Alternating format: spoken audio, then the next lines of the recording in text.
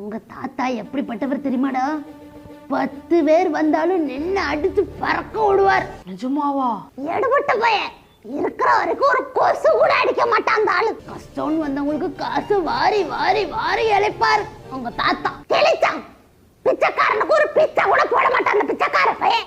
என்ன தவிர வேற எவளையும் ஏறெடுத்து கூட பார்க்க மாட்டாரு உங்க தாத்தா. இந்த ஒண்ணு கத்த மனுஷனையும் தேடி வந்து விழுவாளுங்க, விளங்காம போறவளுங்க. இவரை பாதுகாத்துட்டு அடைஞ்சு பாதி வாழ்க்கை வம்பா போச்சு. சேர்ந்துட்டாரு. அவன் எங்க போனா? நான் தான் அனுப்பி வச்சேன். பாட்டி பாட்டி, தாத்தா எப்படி பாட்டி செத்து போனாங்க? அது ஒரு பெரிய விபத்து.